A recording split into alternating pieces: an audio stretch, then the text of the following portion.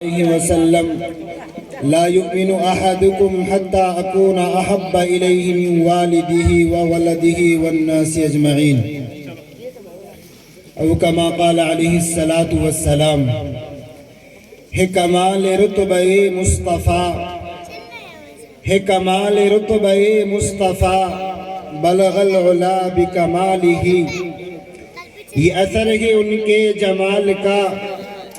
یہ اثر ہے ان کے جمال کا کشف الدجا بجمالہ کسی ایک ادا کی تو بات کیا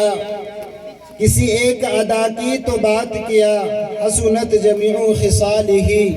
وہ رب کا جنہوں نے بتا دیا صلو علیہ وآلہ ماشاءاللہ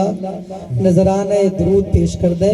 ایک مرتبہ اللہم صلی علی محمد وعلی آل محمد کما صلیت علی ابراہیم وعلی آل ابراہیم وأحسن منك لم ترقت عيني وأحسن منك لم ترقت عيني وأجمل منك لم تلد النساء خلقت مبرعا من كل عيب كأنك قد خلقت كما تشاء میرے واجب الاحترام معزز سامعین اعظام حاضرین اعظام اور معزز علماء کرام وقت کافی ہو چکا ہے بات بھی ساری سامنے آ چکی ہے 10 سے 15 منٹ صرف اللہ کے نبی صلی اللہ علیہ وسلم کا جو ابتدائی زمانہ تھا جس کو ہم مکی زندگی بولتے ہیں اس سے متعلق چند باتیں ہیں جو آپ کے روبرو پیش کرنا ہے سب سے پہلے تو ہم اس رب کریم کا شکر ادا کرتے ہیں کہ اس رب کریم نے ہم سب کو اس بابرکت اور متبرک مجلس کے اندر بیٹھنے کی توفیق عطا فرمائی دوسری بات یہ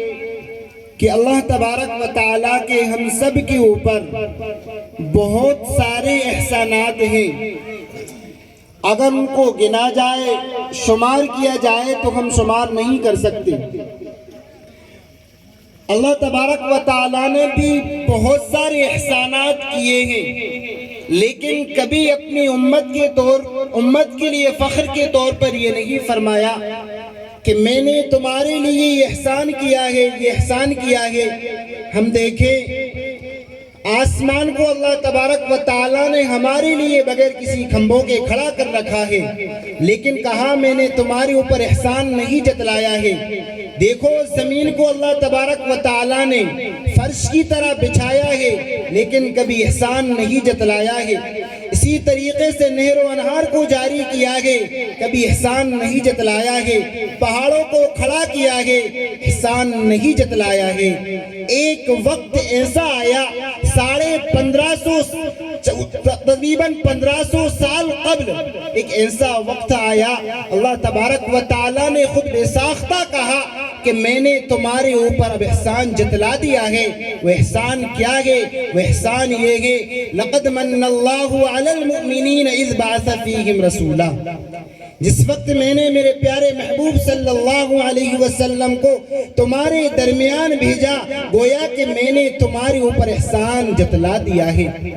اگر ہم یہ بات کہیں فخر کے طور پر کہیں تو یہ غلط نہیں ہوگا یہ عالم جو آپ دیکھ رہے ہیں یہ جو عالم جو بنایا گیا ہے اسی مصطفیٰ کے صدقے تو فعل میں اللہ تبارک و تعالیٰ نے بنایا ہے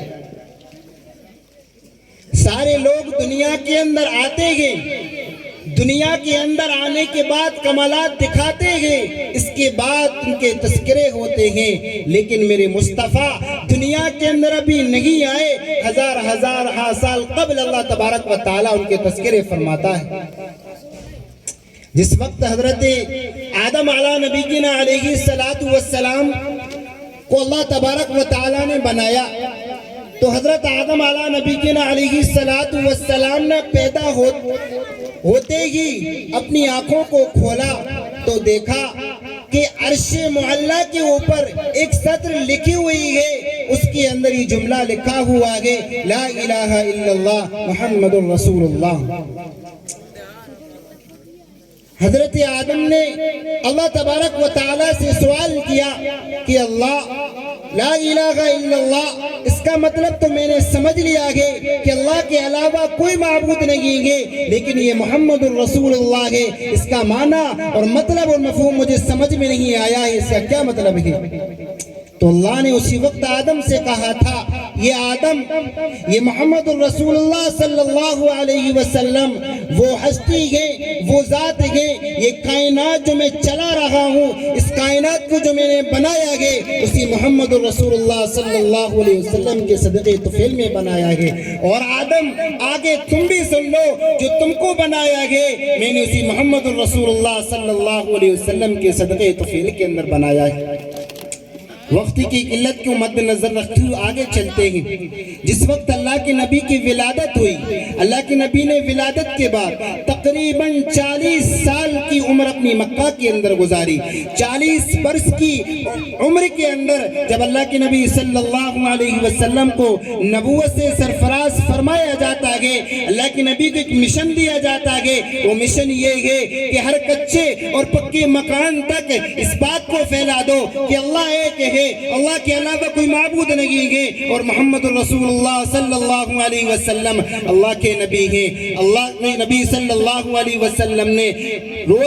اللہ کے نبی صلی اللہ علیہ وسلم نے پہلے دن سے ہی اپنے مشن کو جاری کر دیا۔ اللہ کے نبی ہر ایک انسان کے پاس گئے، کالے کے پاس گئے، گورے کے پاس گئے، امیر کے پاس گئے، غریب کے پاس گئے، شہروں میں گئے، دیہاتوں میں گئے، قصبوں میں گئے،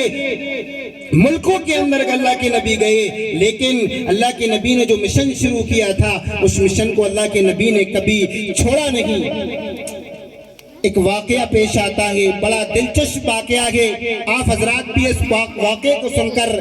اچھا محسوس کریں گے۔ کچھ لوگوں نے اللہ کے نبی صلی اللہ علیہ وسلم سے کہا،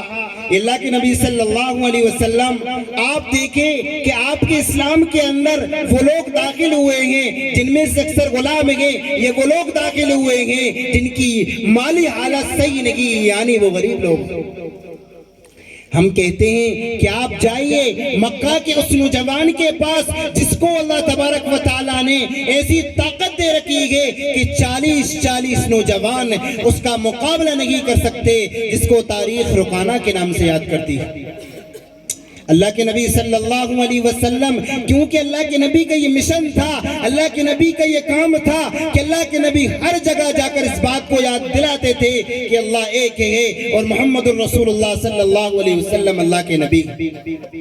اللہ کے نبی صلی اللہ علیہ وسلم جب رکانہ کے پاس جاتے ہیں، کیونکہ رکانہ بڑا آدمی تھا، کچھ باڈی گارڈ وغیرہ اس کے گھر کے باہر کھڑے ہوئے تھے۔ اللہ کے نبی صلی اللہ علیہ وسلم جب گھر کے اندر، گھر کے قریب اس کے جب پہنچتے ہیں تو رکانہ تو اللہ کے نبی کو آتا ہوا دیکھ لیتا ہے، لیکن انجانا ہوتا ہوا اللہ کے نبی صلی اللہ علیہ وسلم سے سوال یہ کرنے لگتا ہے، کون؟ اللہ کے نبی کہتے ہیں، انا محمد بن عبداللہ، میں محمد ہوں، میرے والد کا نام عبداللہ ہے، میرے دادا کا نام عبد المطلب ہے، میں وہی محمد ہوں جس کے اوپر اللہ کلام پاک کو نازل کرتا ہے، میں وہی محمد ہوں جو لوگوں کو راستہ دکھلاتا ہے، میں وہی محمد ہوں جو تیرے لیے بھی ایمان کی دعوت دینے کے لیے آیا ہوں، کلمہ پڑھ لے اور کامیاب ہو جائے گا۔ رکانہ نے کہا، میں کلمہ پڑھنے کے لیے تو تیار ہوں، لیکن میری کچھ شرائط ہیں، ان شرائطوں کو آپ کو ماننا پڑے گا اور اپنانا پڑے گا۔ اگر میری شرائط کے اوپر آپ کھڑے اتر گئے، اس وقت میں آپ کے اسلام کے اندر اور کلمے کے اندر میں داخل ہو جاؤں گا۔ کہ کیا شرطیں ہیں؟ کہ شرط اول، پہلی شرط یہ ہے کیونکہ وہ نوجوان تھا، تقریباً اللہ تبارک و تعالیٰ نے اس کو ایسی طاقت سے نوازا تھا، 40 اس وقت کے نوجوان اس کا مقابلہ نہیں کر سکتے تھے۔ اس کو اپنی طاقت کے اوپر تکبر تھا، گھمنڈ تھا، اس کو یہ اس بات کے اوپر فخر تھا کہ میرا مقابلہ کوئی نہیں کر سکتا۔ اس نے کہا کہ آپ کو مجھ سے کشتی لڑنا پڑے گی، آپ کو مجھ سے کشتی لڑنا پڑے گی۔ کشتی کے اندر اگر آپ نے مجھے پچھاڑ دیا، ہرا دیا، اگر آپ غالب ہو گئے اور میں مغلوب ہو گیا، فاتح میں مفتوح ہو گیا، اس وقت میں آپ کے اسلام کے اندر داخل ہو جاؤں گا، لیکن میری شرط یہ بھی ہے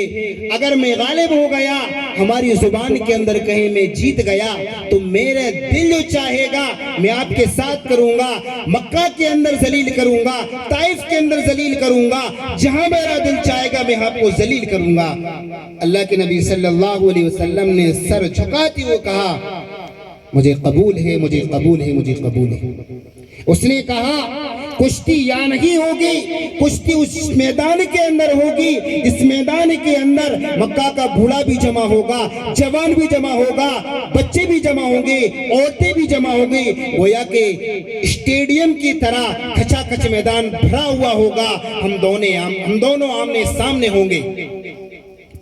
اللہ کے نبی نے کہا مجھے قبول ہے، میں اس بات کے اوپر بھی تیار ہوں۔ کہا فلا تاریخ طے کر لی جائے۔ جب تاریخ کو طے کر لیا گیا، جب وہ دن آتا ہے جس دن مقابلہ ہونا ہے، جس دن آمنے سامنے ٹکراؤ ہونا ہے، وہ دن آتا ہے۔ اللہ کے نبی صلی اللہ علیہ وسلم قربان جائیے اس مصطفیٰ صلی اللہ علیہ وسلم کے اوپر، وہ سامنے کھڑے ہوئے ہیں، ادھر رکانہ ہے، ساگا کا سارا اسٹیڈیم اور سارا کا سارا مجمع یہ اعلان کر رہا ہے رکانہ رکانہ اور رکانہ۔ اللہ کے نبی صلی اللہ علیہ وسلم کے ساتھ ابو بکر ہیں، اللہ کے نبی صلی اللہ علیہ وسلم کے ساتھ چند ہی صحابہ ہیں۔ ایک جانب اللہ کے نبی صلی اللہ علیہ وسلم دیکھتے ہیں کسی کی رونے کی، کسی کی ہچکیوں کے ساتھ رونے کی آوازیں آ رہی ہیں۔ اللہ کے نبی نے پیچھے مڑ کر دیکھا تو حضرت ابو بکر صدیق رضی اللہ تعالیٰ عنہ، یار غار حضرت ابو بکر صدیق رضی اللہ تعالیٰ عنہ رو رہے ہیں اور ہاتھ اٹھائے ہوئے ہیں، ہچکیوں کے ساتھ رو رہے ہیں، آنسو کو ٹپکا رہے ہیں۔ اللہ کے نبی ان کے پاس گئے، ابو بکر کیوں رو رہے ہو؟ کیا آپ کو اس بات کا یقین ہے کہ آپ تصور کرتے ہیں کہ محمد مغلوب ہو جائے گا اور رکانہ غالب آ جائے گا، محمد مفتوح ہو جائے گا، رکانہ فاتح ہو جائے گا؟ ابو بکر نے کہا فداک ابی و امی، میرے ماں اور باپ آپ کے اوپر قربان ہیں، میرا بالکل بھی یہ مجھے شک نہیں ہے، میں تصور بھی نہیں کر سکتا کہ رکانہ جیسا گھٹیا آدمی، رکانہ جیسا بیکار آدمی آپ کے اوپر فاتح ہو جائے، آپ کو ہرا دے۔ لیکن میں تو یہ تصور کر رہا ہوں، سوچ رہا ہوں، وہ دیکھو تیاری کے ساتھ آیا گے، پورا کا پورا مجمع اس کے ساتھ کھڑا ہوا گے۔ آپ اپنے لیے دیکھیے کہ 3 روز ہو گئے ہیں، آپ نے پیٹ بھر کر کھانا بھی نہیں کھایا گے، آپ نے 3 روز سے پیٹ بھر کر کھانا بھی نہیں کھایا ہے۔ 3 روز ہو گئے ہیں تقریباً، آپ نے پیٹ بھر کر کھانا بھی نہیں کھایا ہے۔ اللہ کے نبی صلی اللہ علیہ وسلم اور اس کا جب مقابلہ ہوتا ہے، اللہ کے نبی صلی اللہ علیہ وسلم سے رکانہ یہ کہتا ہے کہ آئیے آپ میرے اوپر وار کیجئے، میں ڈیفینس کروں گا۔ اللہ کے نبی نے کہا نہیں، حملہ تیرا ہوگا اور ڈیفینس میرا ہوگا۔ اللہ کے نبی اس بات سے امت کو درس دینا چاہتے تھے کہ آنے والی امت کے اندر کوئی شخص ایسا کھڑا نہ ہو سکے یہ جو یہ نہ کہہ سکے کہ نبی نے اپنی امتی کے اوپر وار کیا تھا۔ رکانہ اللہ کے نبی کے اوپر جب حملہ کرتا ہے، اللہ کے نبی اس کو پیار، کچھ گرد و غبار اڑتا ہے، تھوڑی سی دھول اڑتی ہے، اللہ کے نبی اس کو پیارے ہاتھوں کے اندر زمین کے اوپر اٹھا کر رکھ دیتے ہیں۔ اس طریقے سے رکھتے ہیں، اس طریقے سے اپنی پیاری ماں اپنی ننہال کو، دودھ پیتے بچے کو زمین کے اوپر کس محبت کے ساتھ رکھتی ہے۔ رکانہ کہتا ہے اے محمد مجھے کچھ سمجھ بھی نہیں آیا، کیا ہوا؟ پل جھپکا اور آپ نے مجھے ہرا دیا۔ نہیں، مجھے یہ شکست تسلیم نہیں ہے۔ ہم اپنی زبان کے اندر کی دودھ کی گلیڑی ہے۔ اس نے کہا مجھے دوسرا موقع چاہیے۔ اللہ کے نبی نے کہا دوسرا موقع۔ اسی طریقے سے اللہ کے نبی نے دوسری مرتبہ اٹھا کر زمین پر رکھ دیا، کہا تیسری مرتبہ موقع چاہیے۔ لیکن اللہ کے نبی نے اٹھا کر تیسری مرتبہ بھی زمین کو اوپر رکھ دیا۔ وقت کم ہے اس لیے تھوڑا سا بات ختم کرتا ہوں۔ رکانہ نے اللہ کے نبی سے کہا اللہ کے نبی میں نے بہت سارے مقابلے کیے ہیں، بہت سارے پہلوانوں کو ہرایا اور شکست دی ہے، لیکن میں نے جنگ کا ایک قانون دیکھا ہے، 2 پہلوان جب آمنے سامنے ہوتے ہیں،